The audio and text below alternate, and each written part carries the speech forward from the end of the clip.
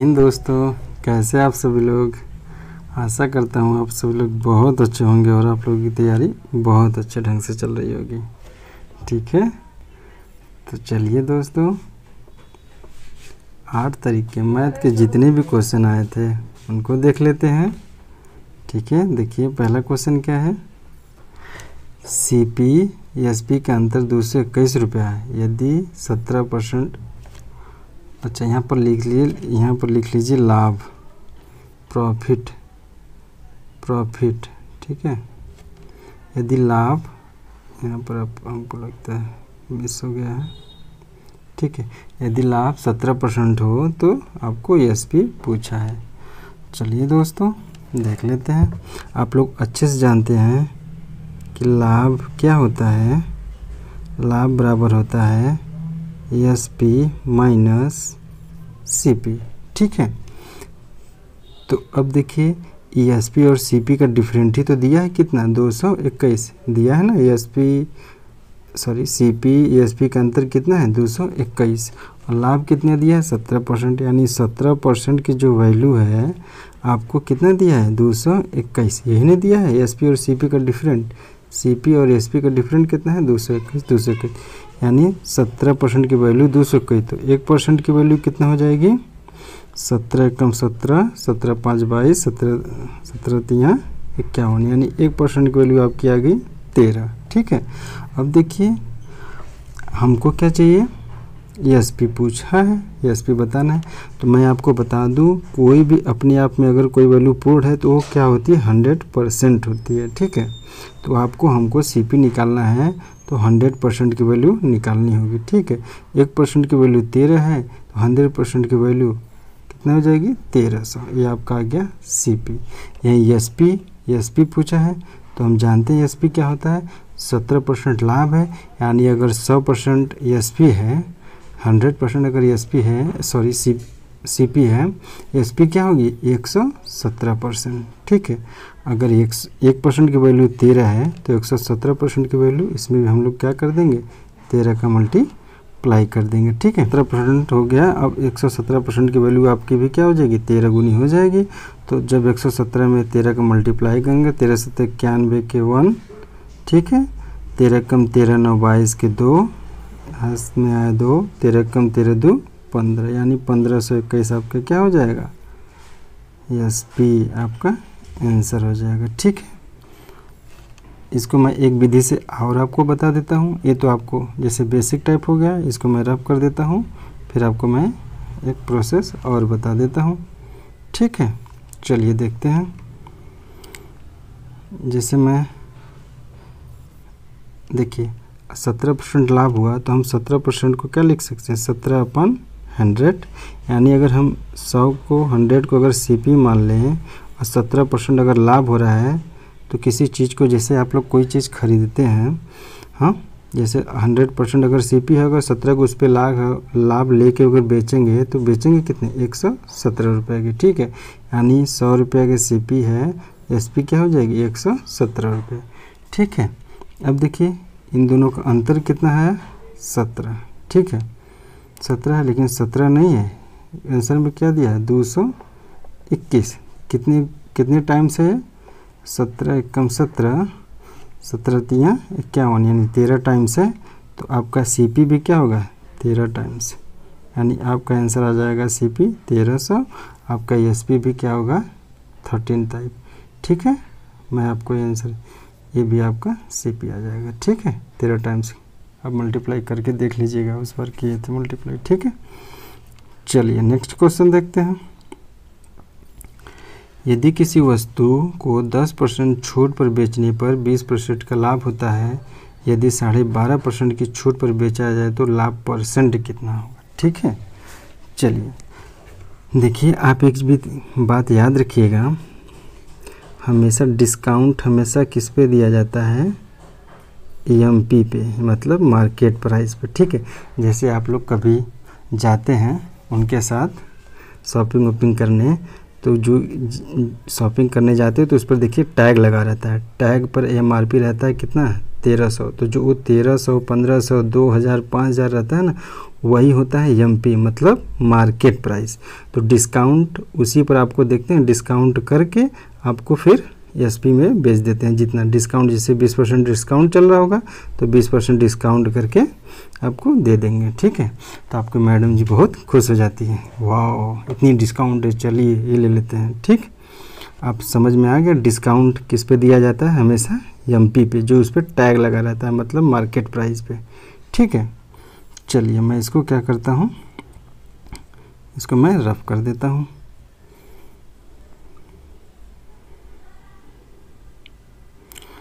चलिए देखते हैं।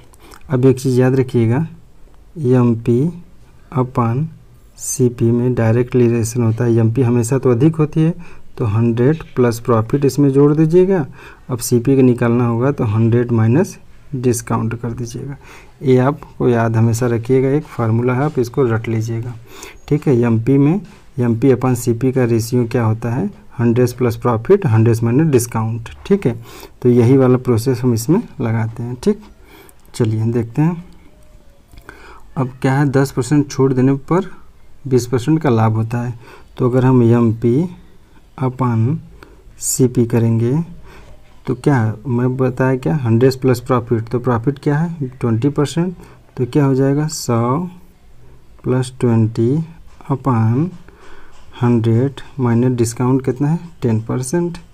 ठीक है, तो इसकी वैल्यू क्या आ जाएगी, एमपी अपन सीपी इक्वल टू 120 अपन 90। ठीक, अब क्या है, एमपी देखिए क्या है 120 आ गया और सीपी की 90 है। अब यदि 12.5% की छूट दिया जाए तो मैं बताया ये छूट किस पे दिया जाएगा, आपको मार्केट प्राइस पे बताया ना। तो एमपी कितना है आपकी 120 रुपया। अगर हम 12.5% की छूट दें तो 12.5% का मतलब होता है क्या, 1/8। तो 8 के इस पर छूट देंगे। ठीक है, तो इसका 1/8 कितना हो जाएगा, 15/120 यानी 15। ठीक है, तो यानी 15 रुपये का छूट इसमें देंगे तो बेचेंगे कितने पर, 105 की। ठीक है, अब देखिए एक बार फिर समझ लीजिए, एमपी आया 120, अब इस पर क्या बोला 12.5% हम डिस्काउंट देंगे। तो अगर इस पर हम 12.5% का मतलब होता है 1/8, 1/8 होता है। तो हम 120 का अगर 1/8 है निकालेंगे तो आ जाएगा कितना, 15। ठीक है, 15 रुपया। तो 120 में से हम 15 माइनस कर देंगे, आपका डिस्काउंट होगा तो माइनस हो जाएगा। तो बेचेंगे कितना, 105 में। ठीक है, यानी सीपी अगर 90 रुपया है और बेच रहा है एसपी आपको 105 रुपया में, तो प्रॉफिट कितना हो गया, 15 रुपये का। ठीक है, प्रॉफिट कितना हुआ, 15 रुपये आ गया। प्रॉफिट या लॉस हमेशा सीपी पर निकलता है। तो सीपी अपार कितना है 90, तो 100 पे कितना, ठीक 3 3 का 9, 3 5 15, यानी 50/3%। ये आपका आंसर आ जाएगा। ठीक है, उम्मीद करता हूँ आप लोगों को समझ में आया होगा। चलिए, अगर ये विधि नहीं समझ में आया तो मैं आपको एक नेक्स्ट दूसरा विधि समझा देता हूँ। चलिए इसको मैं रफ कर देता हूँ।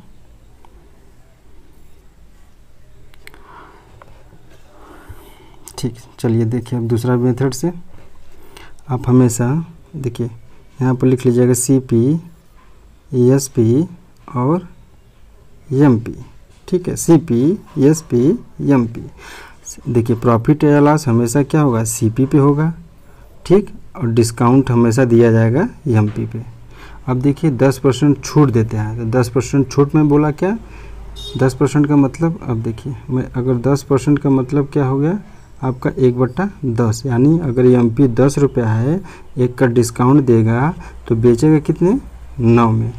ठीक है, तो यही अगर मैं एमपी अगर 10 रुपया मान लेता हूँ, अगर 1 की डिस्काउंट दे दूँ तो बेचूंगा कितने में, एसपी क्या हो जाएगा 9 रुपया।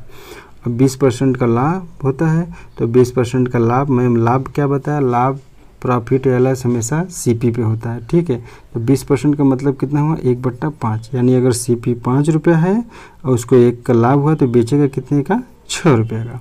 अब देखिए अगर मैं सीपी अगर 5 रुपया लिया, अगर 1 का प्रॉफिट हुआ तो बेचूंगा किसके पे, 6 रुपये पे। ठीक है, अब देखिए एसपी एक जगह कितना आपको दिखा रहा है 9 रुपया और एक जगह क्या दिखा रहा है 6 रुपया। ऐसा तो हो नहीं सकता, जबकि एसपी हमेशा तो क्या होगा एक ही रहेगा ना एसपी। तो इसको हम क्या करेंगे सेम, तो हम इसको 18 बना लेते हैं। इसमें 2 का मल्टीप्लाई करेंगे, इसमें 3 का, तो 2 का मल्टी यहाँ करेंगे तो 2 का मल्टीप्लाई यहाँ भी करेंगे, 3 का मल्टीप्लाई यहाँ कर रहे हैं तो 3 का मल्टीप्लाई यहाँ भी करेंगे। ठीक है, तो आपका ए क्या आ जाएगा 15, आपका ए आ गया 18, आपका आ गया 20। इस साइड का मैं रफ कर देता हूँ।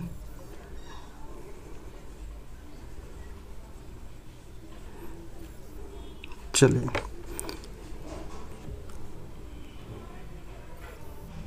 अब देखिए सीपी आपका कितना आ गया 15 रुपया, एसपी आपका आ गया 18 रुपया और एमपी आपका कितना आ गया 20 रुपया। ठीक है, अब देखिए 20 रुपये एमपी आ गया। अब डिस्काउंट कितना दे रहा है 12.5% का, तो डिस्काउंट हमेशा एमपी पर दिया जाता है, यानी एमपी अगर 20 रुपया है तो हम डिस्काउंट कितने के देंगे 12.5%। 12.5% का मतलब होता है 1/8, यानी 4 दूनी 8, तो 4 पंजे 20, यानी 5/2 रुपया का डिस्काउंट यानी छूट हो जाएगा। तो 20 में से अगर 2.5 रुपया घटाएंगे तो क्या आ जाएगा 17.5। ये आपका क्या आ गया एसपी। ठीक है, क्योंकि एमपी में से जब डिस्काउंट, जैसे आप शॉपिंग वॉपिंग करने जाते हैं तो जो टैग होता है, जैसे जो टैग होता है उस पर एमपी रहता है, तो जब डिस्काउंट उस पर दिया जाता है तभी तो आपको बेचते हैं, तो डिस्काउंट उसमें से माइनस करके आपको बेच देते हैं, तो जो बेच देते हैं वो आ जाता है एसपी। तो आपको 20 रुपये डिस्काउंट, 20 रुपये एमपी था, तो इस पर मैं डिस्काउंट इसमें से निकाल दिया जाए, 2.5 रुपये आपको डिस्काउंट दिया तो 17.5 रुपये का आपको बेचेगा। अब देखिए सीपी कितना है 15 रुपया, ठीक है, एसपी कितना है आपका 17.5 रुपया, तो प्रॉफिट कितने का हुआ आपको 2.5 रुपया का प्रॉफिट हुआ। किस पे हुआ 15 पे हुआ। ठीक है, तो 100 पे कितना, तो 5 तिहाई 15, 5 बीसवां 100, तो 25 दूनी के 50, यानी 50/3%। ये आपका यहाँ से भी आंसर आ जाएगा। ठीक है, उम्मीद करता हूँ आप लोगों को अच्छे से समझ में आया होगा। चलिए नेक्स्ट क्वेश्चन देखते हैं। रमेश ने एक बैंक से 400 रुपये निकाले जो 100 रुपये और 50 रुपये के नोट के रूप में था। यदि कुल नोट 50 थी तो 50 रुपये नोटों की संख्या कितनी थी। इसको मैं आपको 3 मेथड से बताता हूँ। ठीक है, 3 मेथड से। चलिए पहला मेथड आप देख लीजिए। ठीक, कुल नोट कितनी थी 50। ठीक है, कुल नोट कितना था 50। ठीक है, जिसमें आपको 50 रुपये का था और 100 रुपये का था, तो 100 को मैं ऐसे लिख देता हूँ 50 + 50। ठीक है, ये 100 को मैं 50 + 50 में लिख दिया। ठीक है, अगर ये 50 के थे, तो अगर ये 50 मतलब कुल का, अगर हम 50, जैसे ये 50 का ये था, 50 का ये भी था, 100 को मैं 50 + 50 लिख लिया, तो कुल नोट कितने थे 50, यानी 50 × 50, यानी 2,500 रुपया तो आपको आ गया इसे। ठीक है, 2,500 रुपया आपका है। बचा कितना आपका ये 50 रुपये वाला। तो अब देखिए 4,000 जो था उसमें से 2,500 रुपया तो इन दोनों का आ गया। ठीक है, इसका आ गया टोटल का, ये आ गया, मैं टोटल का 50% निकाल लिया 50। ठीक है, बचा कितना आपका 1,500 रुपया।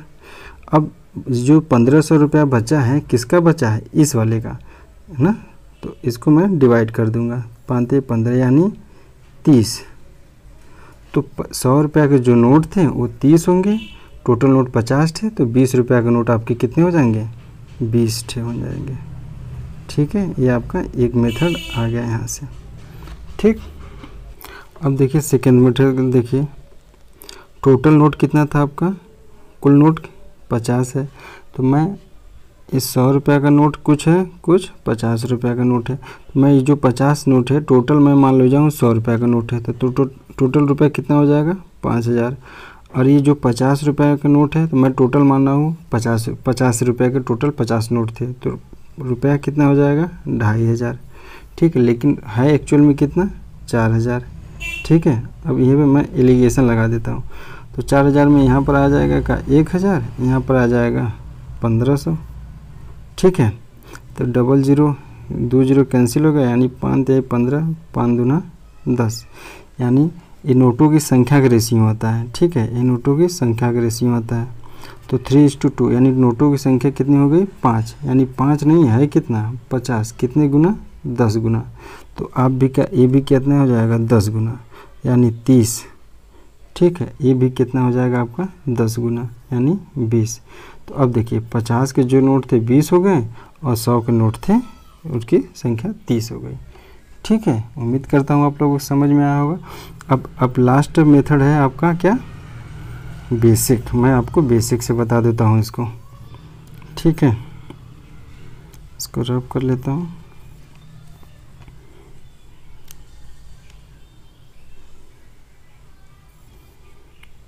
चलिए बेसिक से देख लीजिए।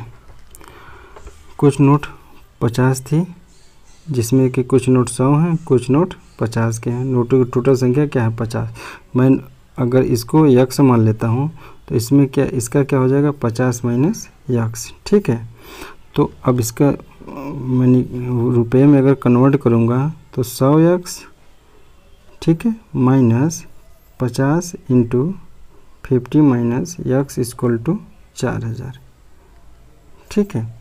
क्योंकि अगर 100 के नोट अगर यक्स मैं मान लेता हूँ कि 100 रुपये के जो नोट थे संख्या में यक्स थे, तो टोटल वैल्यू क्या हो जाएगा 100 यक्स। और जो 50 रुपये के नोट थे मैं उनकी संख्या कितनी हो जाएगी 50 माइनस यक्स। तो जब इसका मल्टीप्लाई करूँगे तो इतने रुपया हो जाएगा। दोनों का डिफरेंट कितना जाना चाहिए 400, ठीक है, 4000 सॉरी दोनों का सम, ठीक है, आपका दोनों का सम आ जाना चाहिए 400, ठीक है। बस अब इसको सॉल्व कर लेंगे आंसर आ जाएगा आपका।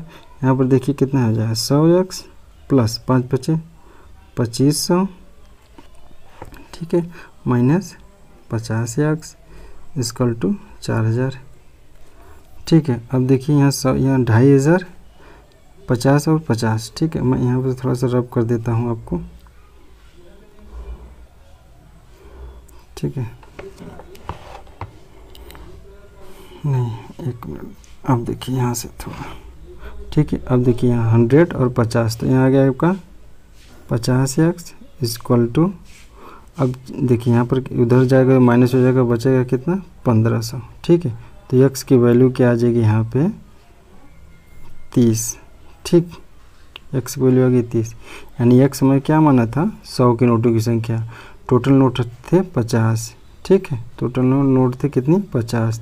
अगर 100 की अगर संख्या 30 आ गई तो 50 वाले नोटों की संख्या कितनी आ जाएगी 20, ठीक है। ये आपका आंसर हो गया, ठीक। चलिए नेक्स्ट क्वेश्चन देख लेते हैं।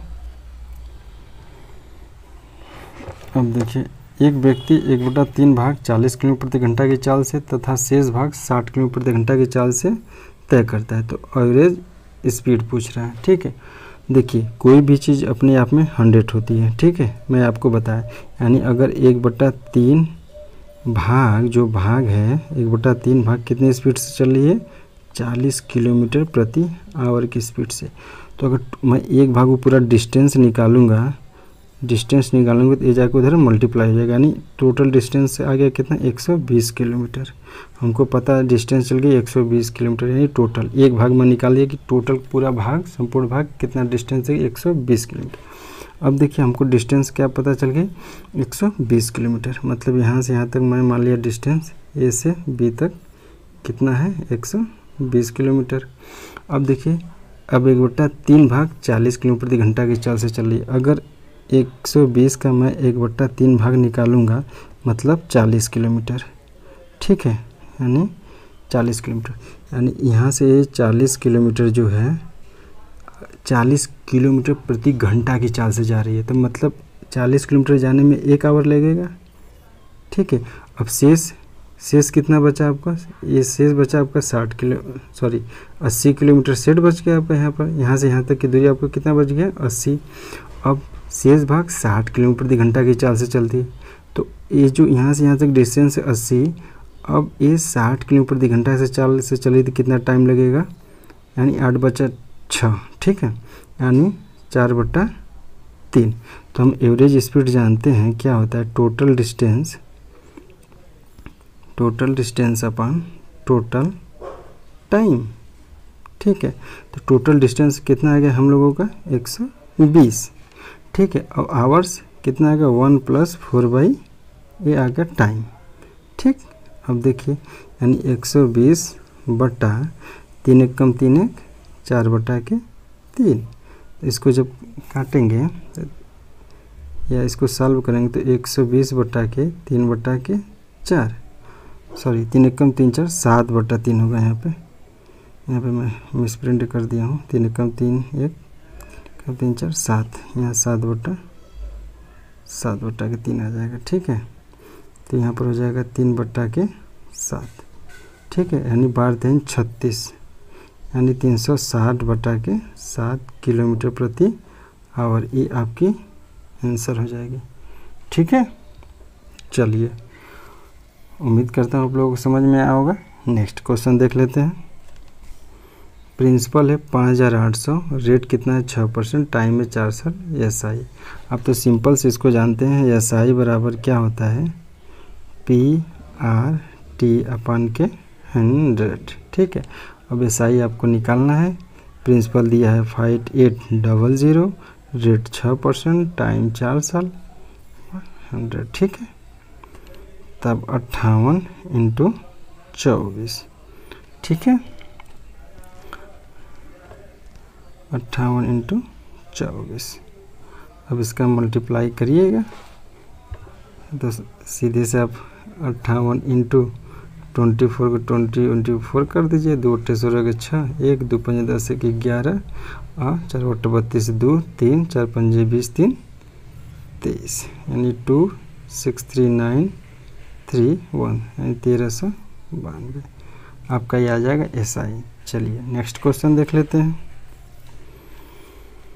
एक व्यक्ति का मासिक वेतन 45,000 रुपये और वार्षिक खर्च 4200 रुपये, तो मासिक बचत तो बहुत ही जी है। ये देखिए ईयरली दिया है। ठीक है, ईयरली दिया है आपको कितना 42,000 रुपये। ठीक है,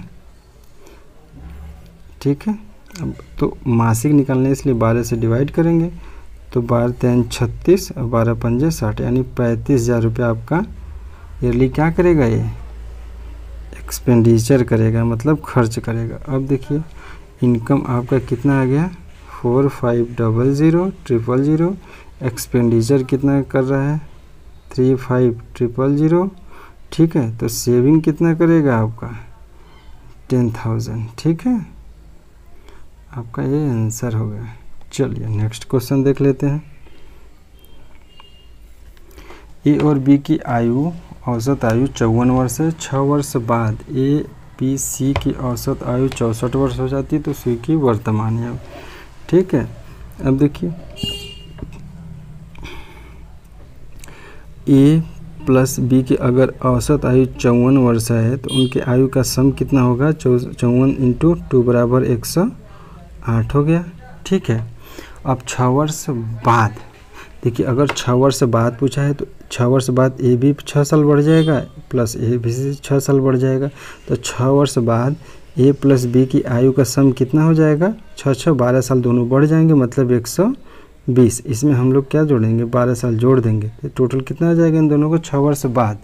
एक कब की है 6 वर्ष बाद की ए प्लस बी का आयु का योग है, लेकिन 6 वर्ष बाद ए प्लस बी की औसत आयु 64 वर्ष है। तो अगर 6 वर्ष बाद ए प्लस बी प्लस सी की आयु का सम देखा जाए तो 64 × 3, 3 चौक के 12 2, 3 चौक 18 192। ठीक है, ठीक है, अब देखिए 192 आ गया ये। ठीक, तो ए प्लस बी की 6 वर्ष बाद आयु क्या है ए प्लस बी की 120 है। ठीक है, 120 है, तो सी की आयु 6 वर्ष बाद कितनी हो जाएगी 72 वर्ष। ठीक है, ये आपकी 72 वर्ष हो जाएगी। कब, ये 6 वर्ष बाद की है, लेकिन अगर प्रेजेंट की पूछा है अभी की, जैसे यहाँ पर प्रेजेंट है तो 6 वर्ष बाद, 6 वर्ष बाद कितना है 72 वर्ष, लेकिन प्रेजेंट का निकालना है तो 72 में से -6 करेंगे, मतलब 66 वर्ष। ठीक है, ये आपका आंसर आ जाएगा। चलिए नेक्स्ट क्वेश्चन देख लेते हैं। एक घन की भुजा 10 सेंटीमीटर है, इसे पिघलाकर एक घनाभ बनाया जाता है जिसकी लंबाई 4 चौड़ाई 2 सेंटीमीटर, ऊंचाई 1 सेंटीमीटर है, तो कितने घनाभ बनेंगे। अब देखिए एक बात आप हमेशा याद रखिएगा कि कोई भी गोला हो, चाहे शंकु हो, चाहे बेलन हो, ठीक है, इसको अगर हम पिघला कर किसी दूसरे शेप में चेंज करते हैं, उसकी वॉल्यूम कभी चेंज नहीं होती है। यानी जो वॉल्यूम इसका होगा वही पिघलाने के बाद जो आकृति बनेगी उसका वॉल्यूम, दोनों का वॉल्यूम क्या होगा, सेम होगा। ठीक है, तो इसमें वॉल्यूम क्या रहती है, सेम रहती है। तो वही में हम इसको सॉल्व करते हैं। ठीक है, अब चलिए इसमें क्या रहा है, 10 सेंटीमीटर वाला घन है तो घनाभ बनाया जाता है। मैं मान लिया कि वॉल्यूम इसकी n घन बनेंगे इस टू घनाभ। ठीक है, n घन घनाभ। ठीक है, इसकी वॉल्यूम और इसकी वॉल्यूम किसकी होगी, दोनों सेम होगी। मान लीजिए मैं 5 घनाभ, 10 घनाभ, 20 घनाभ, 1000 घनाभ जो भी बनेगा, मान लीजिए n घनाभ बनेंगी। तो इसकी वॉल्यूम क्या है, 10। तो घन का वॉल्यूम क्या होता है, भुजा का क्यूब या साइड का क्यूब। तो 10 × 10 × 10, ठीक है, इक्वल टू n इंटू, अब घनाभ की वॉल्यूम क्या होती है, L × B × H। तो क्या हो जाएगा 4 × 2 × 1। ठीक है, अब बस इसे काट दिए, 2 पंजे 2, 2 5 जा 10, 2 5 जा 10। तो यहाँ से n की मान क्या आ जाएगी, 125 घन। ठीक है, मतलब 125 घनाभ आपका बनेंगे। ठीक है, चलिए नेक्स्ट क्वेश्चन देख लेते हैं। 10 संख्याओं का औसत 46 है। यदि एक संख्या को 142 की जगह 42 पढ़ लिया गया तो सही एवरेज बताइए। देखिए बहुत आराम से क्वेश्चन आपका हो जाएगा। अगर मैं बोलूँ, देखिए एक्चुअल में हमको लेना चाहिए 142, बट ले लिया कितना, 42। ठीक है, कितना कम लिया था, 100 कम लिया। हमको लेना चाहिए था कितना, एक्चुअल में लेना चाहिए 142, लेकिन बाई मिस्टेक कितना ले लिया, बाई मिस्टेक कितना लिया, 42। तो कितना कम लिया था, 100 कम लिया था। अगर 100 कम लिया था, संख्या कितनी है 10, तो इसका एवरेज जब निकालेंगे तो 10 आ गया एवरेज। तो जो एवरेज क्या होगा, 10 बढ़ जाएगा। ठीक है, क्योंकि कम लिया था तो वो भी तो कम हो जाएगा, एवरेज भी कम हो जाएगा। लेकिन जब हमको एक्चुअल एवरेज निकालना होगा तो ये एवरेज उसमें ऐड कर देंगे, तो 10 आपका बढ़ जाएगा। यानी 46 पहले एवरेज था, अब इसमें 10 जोड़ देंगे तो अब जाएगा होगा 56। That is answer. चलिए नेक्स्ट क्वेश्चन देख लेते हैं। किसी वस्तु को उसके सीपी से 28% अधिक अंकित किया जाता है। यदि क्रय मूल्य 50 रुपये बढ़ा दिया जाए, अंकित मूल्य 18 रुपया घटा दिया जाए तो 11.6% का लाभ होता है। तो फाइंड सीपी। अब देखिए ये थोड़ा कैलकुलेटिव क्वेश्चन है। मैं बताया था कि प्रॉफिट या लॉस हमेशा सीपी पे दिया जाता है और डिस्काउंट हमेशा एमपी पे दिया जाता है। ठीक है, जैसे मैं सीपी अगर 100 मान लेता हूँ, अगर सीपी मैं 100 मान लिया तो 28% अधिक अंकित करता है। तो इसको ना ऐसे बताइए 100x लेते हैं। ठीक है, देखिए 100x लेते हैं। ठीक है, तो एमपी क्या 28% अधिक अंकित किया जाता है। उसको क्या लिखा है, किसी वस्तु को उसके सीपी से 28% अधिक अंकित किया जाता है।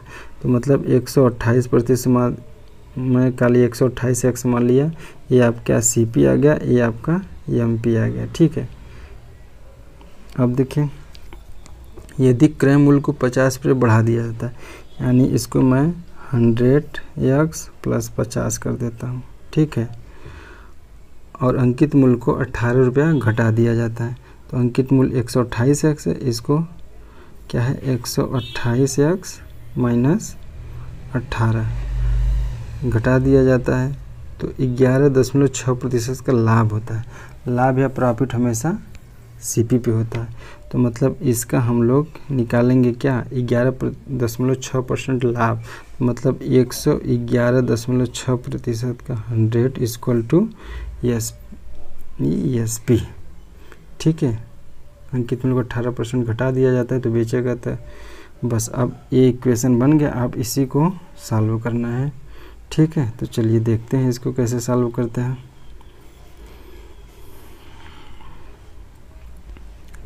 अब देखिए 100x प्लस 50, ठीक, इंटू, अब देखिए ये पॉइंट हटाने के लिए नीचे हमको एक ज़ीरो बढ़ाना पड़ेगा, यानी 1116 अपॉन 1000 इक्वल टू 128x। देखिए पेन थोड़ा स्लो चला है, -18, ठीक है।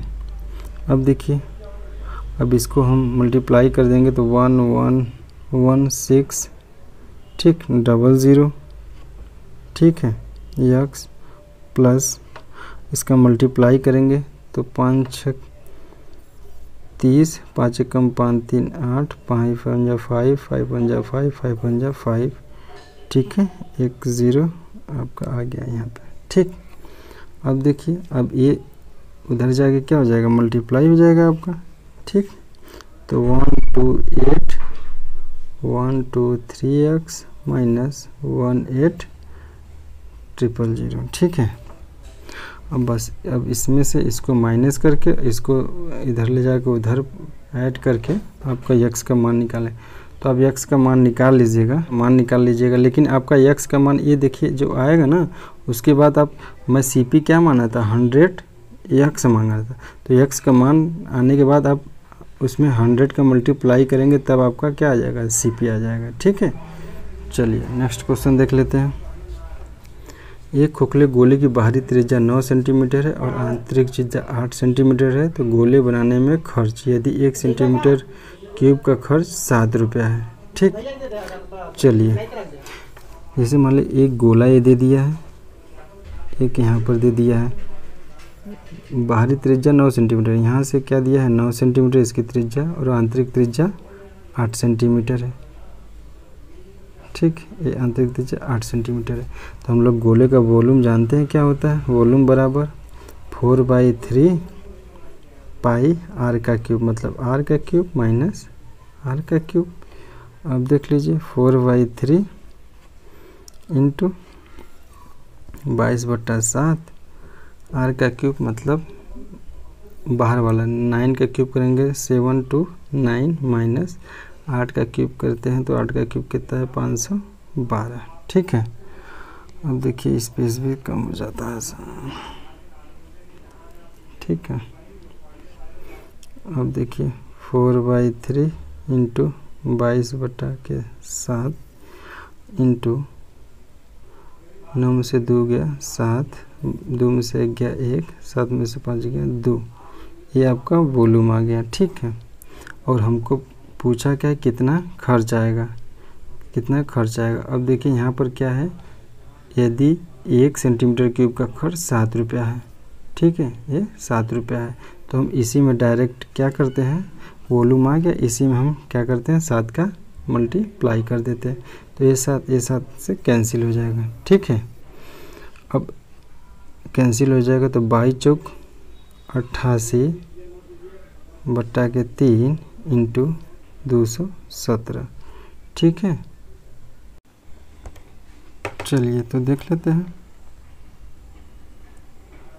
तो आपको इसको मैं कैंसिल कर, 3 7 21, ठीक है, 3 दूना 6, ठीक, 3 दूना 6, फिर 3 3 9, यानी 72.3 इंटू 88, ठीक है। अब 72.388, अब इसको मल्टीप्लाई करके देख लीजिएगा, ठीक है, आपका आंसर आ जाएगा। चलिए नेक्स्ट क्वेश्चन देख लेते हैं।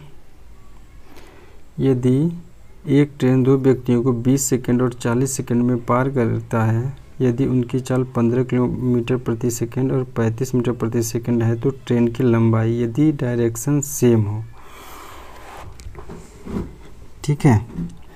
अब एक चीज़ समझिएगा आप, इसमें क्या कह रहा है, यानी एक ट्रेन है 2 व्यक्ति, ठीक है, एक व्यक्ति मान लीजिए ये रह गया, दूसरा व्यक्ति थोड़ा ये हो गया, ठीक।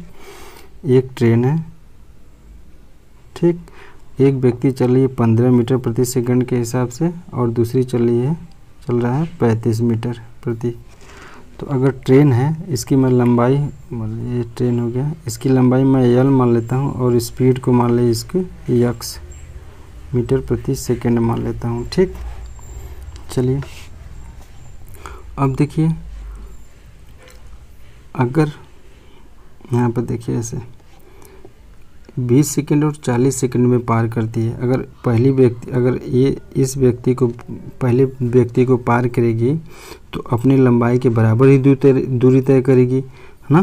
तो इसकी पहले व्यक्ति को पार करेगी तो इसका रिलेटिव स्पीड देखिए क्या होगा, x माइनस के 15, ठीक है, इक्वल टू चाल बराबर, ये चाल हो गया दूरी बटा समय, तो अपने लंबाई के बराबर दूरी तय करेगी, ठीक है। और समय कितना लगा रही है पहले में 20 सेकेंड, ठीक है। यहाँ से यल निकल के आ जाएगा आपका 20 इंटू x माइनस 15, ये आपका पहले आ गया, ठीक। इसी प्रकार सेकेंड वाले व्यक्ति को जब पार करेगी है सेकेंड वाले व्यक्ति को, तो इसमें कितना 35 मीटर प्रति सेकंड से चल रही है, उसमें 40 सेकंड के समय ले रही है, तो इनकी रिलेटिव स्पीड क्या आ जाएगी, x माइनस 35, चाल बराबर दूरी कितना तय करेगी अपनी लंबाई के बराबर, तो यल बटा के समय इसमें कितना ले रही है 40, ठीक है। तो यहाँ से यल बराबर कितना आ जाएगा 40 इंटू x माइनस 35। अब देखिए दोनों कंडीशन में ट्रेन की लंबाई क्या होगी, सेम ही तो होगी, तो हम इसकी लंबाई को सेम कर देते हैं, ठीक। देखिए 20 x minus 15 equal to 14 x minus 35, तो 20 से कम 20 दूनी 40, यानी x minus 15 equal to 2x minus 70, ठीक है। अब देखिए ये इधर जाएगा x बराबर, यहाँ से देखिए x बराबर क्या आ जाएगा आपका, अब इधर माइनस हो जाएगा, ये उधर जाएगा तो क्या हो जाएगा प्लस, यानी 55। तो ये ट्रेन की स्पीड आ गई क्या 55 मीटर प्रति सेकेंड। x मैंने देखिए क्या माना था ट्रेन की स्पीड, तो आ गया ट्रेन की स्पीड 55 मीटर प्रति सेकेंड।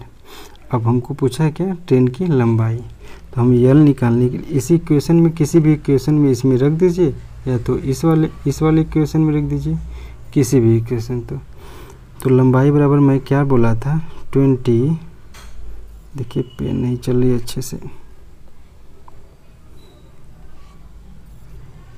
ठीक है। देखिए 20 x माइनस 15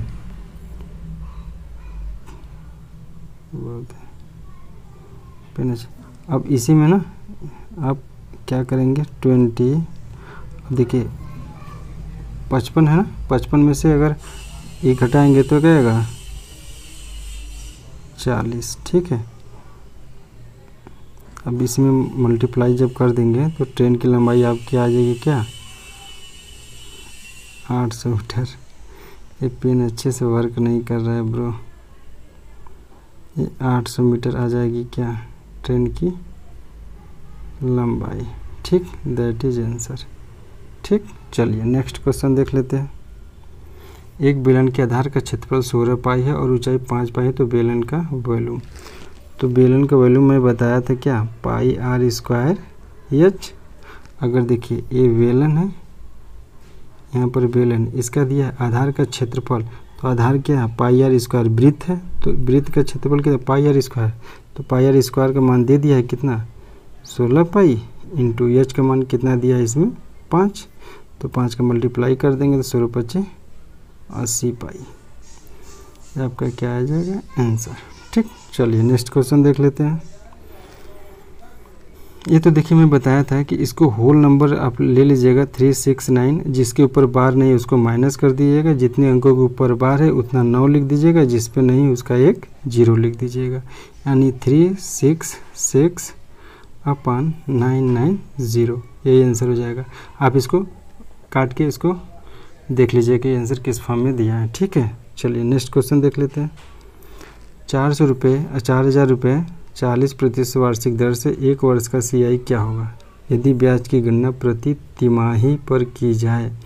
देखिए हम जानते हैं 1 वर्ष में कितने महीने हैं, तो 12 महीने, तो तिमाही पर करना है, तो यानी 3 महीने का, यानी 1 2 3 4, यानी इसमें 3 महीना, इसमें 3 महीना, इसमें 3 महीना, ठीक है। देखिए 1 2 3 3 चौके 12, यानी अब 3 महीना पर अब क्या बोल रहा है आपको ब्याज लगेगा। ठीक है, अब या तो ऐसे समझ लीजिए कि जब अगर तिमाही कैलकुलेट होता है ना, तो हम रेट को क्या कर देते हैं, रेट को 4 से डिवाइड कर देते हैं और टाइम को 4 से मल्टीप्लाई कर देते हैं। ठीक, अगर हम रेट को 4 से डिवाइड करेंगे तो रेट कितना आ जाएगा 10%। अगर मैं टाइम को 4 से मल्टीप्लाई करूँगा तो टाइम कितना आ जाएगा, 1 साल है, 1 साल में अगर 4 को मल्टीप्लाएंगे तो टाइम कितना आ जाएगा 4 वर्ष। ठीक है, 4 वर्ष का 4 का मतलब यही होता है कि यही 4 क्वार्टर बन जाते हैं। आपको देखिए ना बनाना 1 2 3 4। ठीक, चलिए मैं इसको यहाँ से रब कर देता हूँ, फिर आपको बताता हूँ। चलिए देखिए हो गया ना। अब देखिए रेट कितना होगा 10%, तो 10% का मतलब कितना 1/10, यानी 10 से 11, 10 से 11, 10 से 11, 10 से 11, ये आपका आ गया। ठीक है, इसका जब मल्टीप्लाई कर देंगे तो यहाँ पर कितना आएगा, ठीक 10,000, यहाँ पर 11 का क्यूब यानी 1331 में इंटू 11 का मल्टीप्लाई करेंगे तो 11 का 14,641 रुपये। ठीक है, अगर आपका प्रिंसिपल अगर 10,000 है तो मिश्र धन क्या है, मिश्र धन कितना आ रही है 14,641, तो बढ़ कितना रहा है 4,641। ठीक है, 4,641 रुपये आपका क्या मिल रहा है, ब्याज। ठीक है, चक्रवृद्धि ब्याज आपको मिल रहा है। लेकिन आपका ये कितना है 10,000 नहीं है, कितना यहाँ पर 40,000। ठीक है, कितने गुना है 4 गुना, तो आपका ये भी कितना हो जाएगा 4 टाइम्स हो जाएगा। ठीक है, इसको मैं यहाँ लिख देता हूँ। ठीक, 18,564। ठीक, ये आपका आंसर हो जाएगा। चलिए नेक्स्ट क्वेश्चन देख लेते हैं। बस क्वेश्चन तो ख़त्म, समाप्त। और आप लोग अच्छे से देख लीजिएगा एनालिसिस, और आप लोग अच्छे से पढ़ते रहिए, मुस्कुराते रहिए, स्वस्थ रहिए, मस्त रहिए और देखते रहिए यस के पाठशाला। Thank you.